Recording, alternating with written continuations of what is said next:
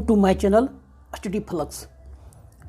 इस वीडियो में शिक्षा से एजुकेशन से संबंधित सारे महत्वपूर्ण जीके, मैथमेटिक्स, हिस्ट्री, ज्योग्राफी सारी चीज़ें मैं लेकर आता हूँ, है ना। निबंध, बायोग्राफी। आज का वीडियो प्रस्तुत है today top GK current affair in Hindi 4 March 2024। तो 3 मार्च 2024 तक जितने भी सामान्य ज्ञान के महत्वपूर्ण प्रश्न थे, है ना, जो देश दुनिया के, भारत और दुनिया संबंधी जितने भी इम्पोर्टेंट प्रश्न थे, इस वीडियो में लेकर आया हूँ। वो आपके साथ में डिस्कस करूँगा। साथ में उन प्रश्नों से संबंधित जितने भी रिलेटेड प्रश्न होंगे, रिलेटेड जीके के महत्वपूर्ण पॉइंट होंगे, वो भी आपके साथ में डिस्कस करूँगा। और वीडियो के अंत में जो कल के वीडियो हमने जो वीडियो डिस्कस किया था, उसके एक लाइन में हम उसको फिर से एक बार आपके साथ रिवीजन करूँगा, ताकि आपको एक बार फिर से याद किया जा सके, है ना। मेरा टारगेट होगा मैक्सिमम आपके साथ डिस्कस करना, है ना, ताकि आपके सारे डाउट्स क्लियर हो जाए। तो ज़्यादा समय न लेते हुए आगे बढ़ते हैं और 1 बाय 1 प्रश्न का डिस्कस करते हैं और उनके संबंधित जानकारियों को हम पढ़ते हैं, ठीक है। पहला पॉइंट है, सिक्किम राज्य के पहले रेलवे स्टेशन की आधारशिला किसने रखी, है ना। तो आपको बताऊं दोस्तों, सिक्किम राज्य में अभी तक कोई रेलवे स्टेशन नहीं था, है ना। हम आज़ादी के 75वां वर्ष में 76वां जन्म स्वतंत्रता दिवस मना चुके हैं, हम अमृत महोत्सव मना रहे हैं, लेकिन सिक्किम राज्य में अभी तक कोई भी रेलवे स्टेशन नहीं था। अब वहाँ पहला रेलवे स्टेशन की आधारशिला रखा गया, किसने? पीएम मोदी के द्वारा, है ना। तो आपका जवाब क्या होगा? डी, यानी पीएम मोदी, नरेंद्र मोदी, ठीक है। पीएम मोदी ने सिक्किम राज्य में पहली रेलवे स्टेशन की नींव रखी। तो आइए जानते हैं उस सिक्किम राज्य का पहला रेलवे स्टेशन कौन है, इसकी नींव रखी गई है ना। प्रधानमंत्री नरेंद्र मोदी ने अमृत भारत योजना के तहत 26 फरवरी को सिक्किम राज्य के पहले रेलवे स्टेशन की आधारशिला रखी। और पहले फेज में सेवोके से रंगपो, यानी वो रेलवे स्टेशन का नाम है रंगपो। सिक्किम राज्य के रंगपो रेलवे स्टेशन है जो पहले रेलवे स्टेशन होगा, उसकी आधारशिला रखा गया पीएम मोदी के द्वारा।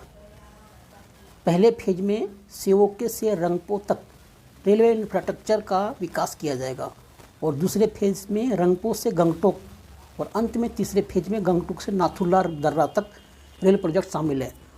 नाथुला दर्रा कहाँ पे है? नाथुला दर्रा सिक्किम में है। ये आपको बहुत ही इंपॉर्टेंट प्रश्न है। और ये भी इम्पोर्टेंट प्रश्न है कि सिक्किम राज्य में पहला रेलवे स्टेशन कौन सा हुआ? तो रंगपो, आपको याद रखना है ना। सिक्किम राज्य में अभी तक कोई भी रेलवे स्टेशन नहीं था, लेकिन पीएम मोदी ने पहला रेलवे स्टेशन का शिलान्यास रखा, उसका नाम है रंगपो रेलवे स्टेशन, ठीक है।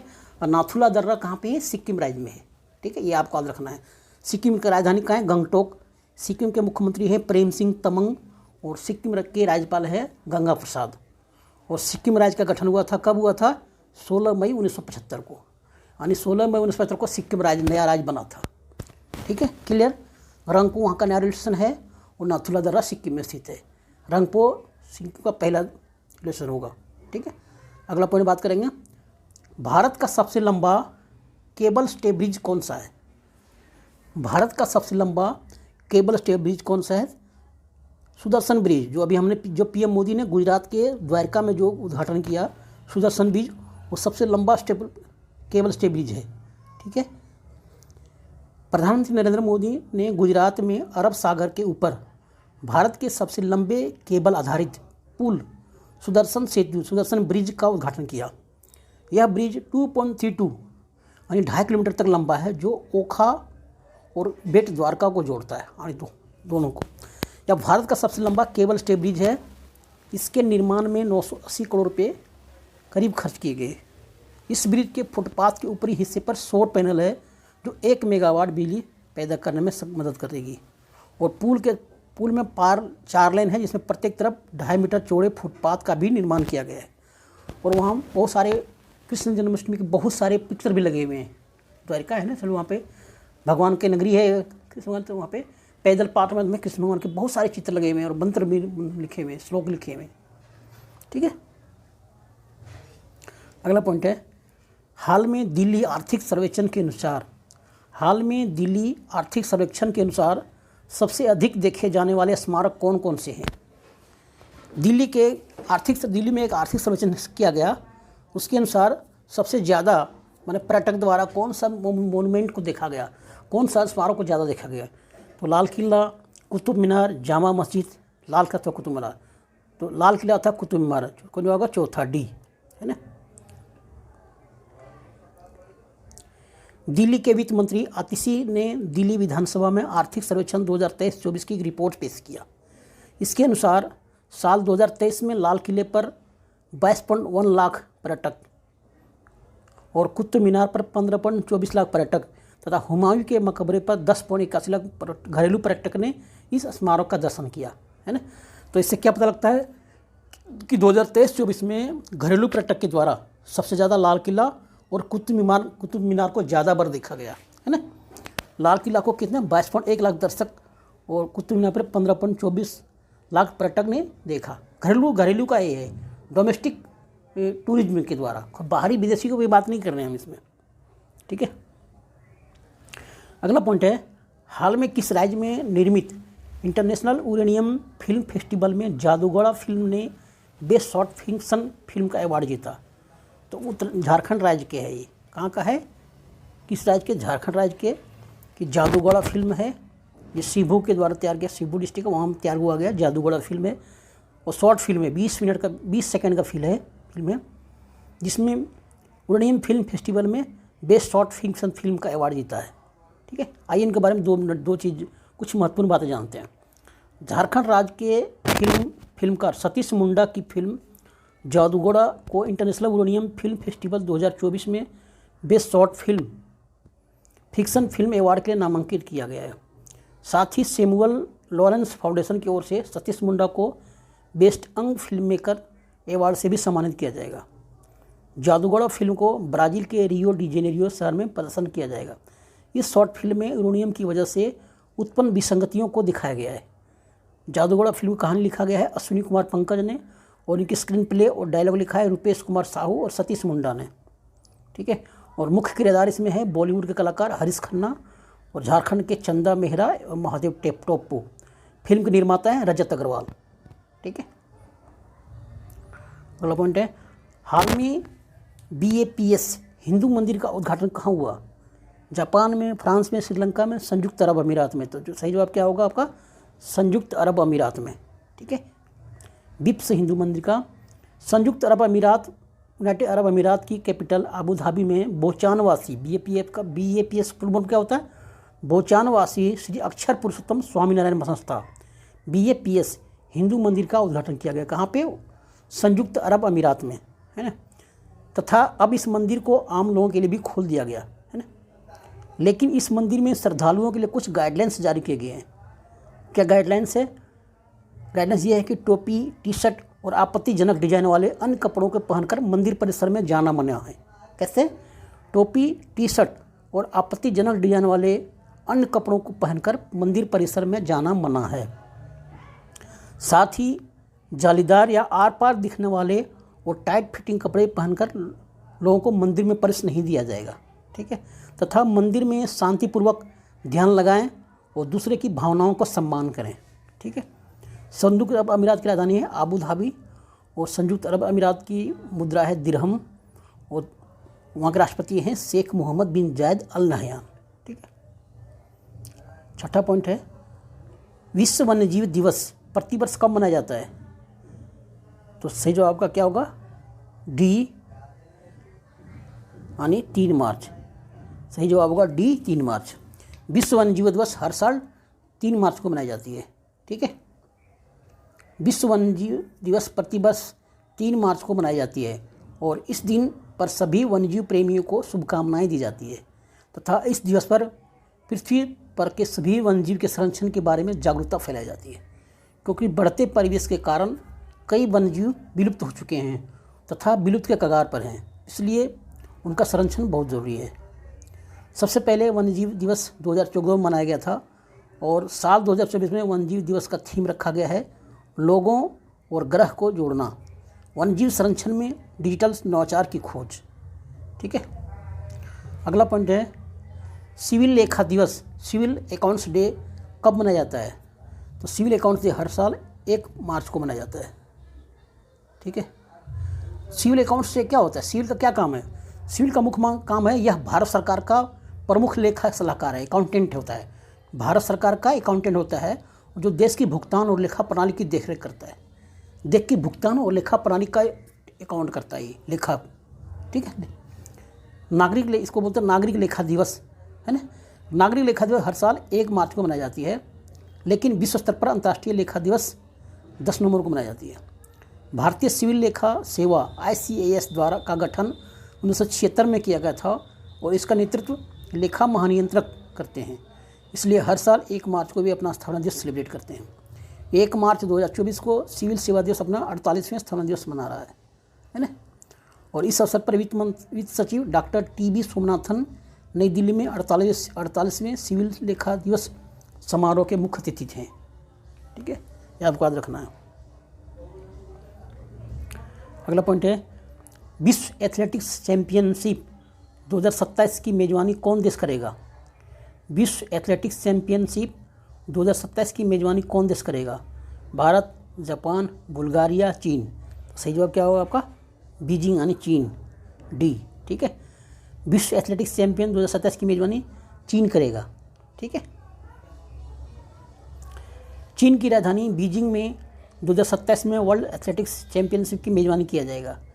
ग्लासगो में आयोजित वर्ल्ड एथलेटिक्स इंडोर चैंपियनशिप 234वीं वर्ल्ड एथलेटिक्स परिषद की बैठक में यह निर्णय लिया गया कि बीजिंग 2027 एथलेटिक्स की मेजबानी करने को तैयार है, ठीक है। और इस बैठक में से पहले इतालवी एथलेटिक्स महासंघ ने रोम की दावेदारी को वापस ले लिया, क्योंकि वहाँ पे दावेदार पेश किया जाता है। तो रोम ने पहले पेश किया था, जब देखा चाइना को फाइनल हो गया तो उसने अपना वापस ले लिया, खींच लिया रिपोर्ट अपना। इससे पहले भी चीन 2006-2008 ग्रीष्मकालीन ओलंपिक और 2022 में शीतकालीन खेलों की सफलतापूर्वक मेजबानी कर चुका है। देखो, ओलंपिक खेल दो बार होता है साल में, होता है ग्रीष्मकालीन और होता है शीतकालीन, ठीक है। तो जैसे अभी 2024 में ओलंपिक की मेजबानी कौन कर रहा है? पेरिस कर रहा है, ग्रीष्मकालीन कर रहा है। अभी गर्मी ऋतु आ गया ना, तो ग्रीष्मकालीन की मेजबानी पेरिस कर रहा है। शीत ऋतु का लीमा करने जाएगा, अब इस लीमा करेगा, पेरू लीमा, ठीक है। और 2008 में ओलंपिक खेलों की मेजबानी लॉस एंजल्स अमेरिका करेगा। और 2026 में 25वां शीतकालीन ओलंपिक इटली के शहर मिलान में और कोर्टिना में किया जाएगा, ठीक है। चीन की राजधानी है बीजिंग।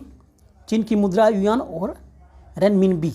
और चीन का राष्ट्रीय, अभी देखो एक चीज़ और यहाँ पे आ गया, चीन की 2 मुद्रा है। आपने कहीं देखा किसी देश की 2 मुद्रा? नहीं, हर देश की एक। भारत की मुद्रा क्या है? रुपया। बांग्लादेश का क्या है? रुपया। अमेरिका क्या? US dollar. लेकिन चाइना की मुद्रा 2 है, रिनमिनबी और युआन। अब बोलते हैं उसमें ये लेन देन कैसे करता है, इसका सिस्टम अलग है। देखो, चाइना वाला क्या करता है, जब विदेशों से लेन देन करता है तो युआन से करता है, और जब घरेलू लेन देन करता है चाइना के अंदर तो रेनमिनबी के द्वारा करता है। बहुत चाइना होशियार है। एक देश के 2 मुद्रा है वहाँ पे, ऐसा दुनिया में किसी देश में ऐसा नहीं होता है। जो भी देश है वो उसके पास एक ही मुद्रा होती है, बाहर व्यापार करे या देश के अंदर डोमेस्टिक लेन देन करे, एक ही मुद्रा होती है। लेकिन चाइना के पास 2 मुद्रा है, रेनमिनबी और युआन, ठीक है। अभी आपने समझ लिया, रेनमिनबी मुद्रा से देश के अंदर लेन देन करता है और युआन के अंदर विदेशों से व्यापार जो करता है उसका लेन देन करता है पैसा, ठीक है। अगला पॉइंट है, हाल में किस राज्य सरकार ने सार्वभौमिक जीवन बीमा योजना की शुरुआत की है, अनावरण किया है? मिजोरम, सिक्किम, मेघालय, नागालैंड। तो सही जवाब होगा नागालैंड, ठीक है। ये जीवन बीमा पॉलिसी है, ठीक है। नागालैंड सरकार ने सार्वभौमिक जीवन बीमा योजना का अनावरण किया है, जिसका उद्देश्य है परिवार के प्रदाता के असामयिक नुकसान के कारण होने वाले वित्तीय बोझ को कम करना। एक परिवार के मुखिया की असामयिक मृत्यु के कारण होने वाली वित्तीय कठिनाइयों को कम करने के उद्देश्य से सरकार की इस पहल की शुरुआत की गई है, ठीक है। इस योजना के तहत कमाने वाले व्यक्ति और परिवार के लिए 2 लाख रुपये का दुर्घटना बीमा कवरेज का प्रावधान रखा गया है, ठीक है। नागालैंड की राजधानी है कोहिमा। नागालैंड के मुख्यमंत्री है नेफ्यू रियो और राज्यपाल है ला गणेशन। नागालैंड राज्य का गठन हुआ था 30 नवंबर 1963 को और नागालैंड दिवस मनाया जाता है 1 दिसंबर को, ठीक है। अगला पॉइंट है, हाल ही में प्रधानमंत्री नरेंद्र मोदी ने कहाँ सिंदरी फर्टिलाइजर प्लांट का उद्घाटन किया? रायपुर में, नागपुर में, लुधियाना में, धनबाद में। तो फिर कहाँ पे किया? धनबाद में, ठीक है। PM मोदी ने धनबाद में सिंदरी फर्टिलाइजर प्लांट का उद्घाटन किया, ठीक है। PM मोदी ने झारखंड के धनबाद शहर में सिंदरी फर्टिलाइजर प्लांट का उद्घाटन किया तथा राज्य में 35,000 करोड़ की कई परियोजनाओं का शिलान्यास भी किया। सिंदरी में हिंदुस्तान उर्वरक एवं रसायन लिमिटेड का भी उद्घाटन किया। फिलहाल सिंदरी प्लांट में प्रतिदिन का उत्पादन 4100 मीट्रिक टन है। हमने उत्पादन चालू भी हो चुका है वहाँ पे, ठीक है। झारखंड की राजधानी रांची, झारखंड के मुख्यमंत्री चंपई सोरेन, झारखंड के राज्यपाल CP राधाकृष्णन। झारखंड राज्य का गठन हुआ था 15 नवंबर 2000। झारखंड अपना स्थापना दिवस 15 नवंबर को मनाता है, ठीक है। क्लियर। अगला और अंतिम प्रश्न, हाल ही में भारत ने किस देश के साथ मिलकर विशाखापट्टनम में समुद्र लक्ष्मण अभ्यास का आयोजन करने जा रही है? Japan, Singapore, Sri Lanka, Malaysia. तो सही जवाब का क्या होगा? डी यानी मलेशिया, यानी डी है ना। भारत मलेशिया के साथ मिलकर विशाखापट्टनम में समुद्र लक्ष्मण अभ्यास करने जा रही है, ठीक है। समुद्री अभ्यास समुद्र लक्ष्मण विशाखापट्टनम में आयोजित किया जा रहा है, जिसमें भारतीय नौसेना का जहाज किल्टन और रॉयल मलेशियाई जहाज KD लकीर इस अभ्यास में तीसरे संस्करण में भाग लेने जा रही है। इस अभ्यास के दौरान दोनों टुकड़ियां संयुक्त रूप से समुद्र में विभिन्न नौसेना अभियानों का संचालन करते हुए अपना कौशल दिखाएगी, है ना। कौशल का प्रदर्शन करेगी दोनों सेनाएं, ठीक है। दोनों देशों के बीच अभ्यास का मुख्य उद्देश्य है भारतीय और रॉयल मलेशियाई नौसेना के बीच संबंधों को सशक्त करना तथा आपसी सामंजस्य को बढ़ाना, ठीक है। मलेशिया राजधानी कुआलालंपुर, मलेशिया का मुद्रा है रिंगिट और मलेशिया के प्रधानमंत्री है अनवर इब्राहिम, ठीक है। दोस्तों आज की वीडियो में खत्म हो चुका है, ठीक है। ये भी हमारे महत्वपूर्ण थे 11 और हम कल के वीडियो में जो हम प्रश्न डिस्कस किए उसके बारे में हम एक वन लाइन में हम फिर से अध्ययन करेंगे। जैसे हाल में किसे global achievement best teacher award से सम्मानित किया गया? तो शिक्षा के क्षेत्र में बेहतर कार्य के लिए अतरौली के कंपोजिट विद्यालय के शिक्षक संजू शर्मा को ग्लोबल अचीवमेंट अवार्ड से सम्मानित किया गया, ठीक है। संयुक्त राष्ट्र पर्यावरण सभा के 6ठे सत्र का आयोजन कहाँ किया गया? तो संयुक्त राष्ट्र पर्यावरण सभा के केनिया के राजधानी नैरोबी में 6ठे सत्र में टिकाऊ जीवन शैली पर आधारित एक सम्मेलन किया गया, ठीक है। रिक्की चकमा का निधन हो गया। वे कौन थे? वे फेमिना मिस इंडिया त्रिपुरा 2017 के विनर थी, ठीक है। केंद्रीय सड़क और परिवहन मंत्री नितिन गडकरी ने उत्तर प्रदेश के किस जिले में धर्मपथ की आधारशिला रखी? तो जौनपुर में, ठीक है। जीरो डिस्क्रिमिनेशन डे कब मनाया जाता है? तो 1 मार्च को हर साल पूरी दुनिया में शून्य भेदभाव दिवस मनाया जाता है, ठीक है। अंतर्राष्ट्रीय महिला दिवस हर साल कब मनाई जाती है? तो पूरी दुनिया में महिलाओं को पूर्ण रूप से सशक्त बनाने के लिए हर साल 8 मार्च को वैश्विक स्तर पर अंतर्राष्ट्रीय महिला दिवस मनाई जाती है। पलाश पुष्प महोत्सव का आयोजन कहाँ किया गया? तो DDA के द्वारा यानी दिल्ली डेवलपमेंट अथॉरिटी में दिल्ली विकास प्राधिकरण के द्वारा राजधानी दिल्ली के शिवाजी मार्ग क्षेत्र में पलाश पुष्प महोत्सव का आयोजन किया गया। वैश्विक जैन शांति राजदूत के रूप में किसे नामित किया गया? अहिंसा विश्व भारती और विश्व शांति केंद्र के संस्थापक आचार्य श्री लोकेश मुनि को वैश्विक जैन शांति राजदूत के रूप में सम्मानित किया गया, ठीक है। अंतर्राष्ट्रीय बौद्धिक संपदा सूचकांक में भारत का रैंक क्या है? तो 42वीं। 4 दिवसीय तवी महोत्सव कहाँ शुरू हुआ? जम्मू कश्मीर में, ठीक है। JK यूथ कंक्लेव 2024 का उद्घाटन कौन किया? तो जम्मू कश्मीर के उपराज्यपाल मनोज सिन्हा ने। किस देश के तेज गेंदबाज नील वेगनर ने अंतर्राष्ट्रीय क्रिकेट संन्यास की घोषणा किया? तो न्यूजीलैंड के। रोमन रोलर पुरस्कार 2024 किसने जीता? पंकज कुमार चटर्जी ने। ईरान देश ने इमेजिंग उपग्रह पार्स 1 को किस देश के सहयोग से अंतरिक्ष में भेजा? रूस के सहयोग से। खेलो इंडिया यूनिवर्सिटी गेम 2024 में पहला स्थान किसने हासिल किया? तो चंडीगढ़ यूनिवर्सिटी ने, है ना। थैंक यू दोस्तों, इस वीडियो में इतनी ही। मिलते हैं अगली वीडियो में अलग टॉपिक के साथ में। आप वीडियो को लाइक और सब्सक्राइब करना बिल्कुल ना भूलें। Thank you.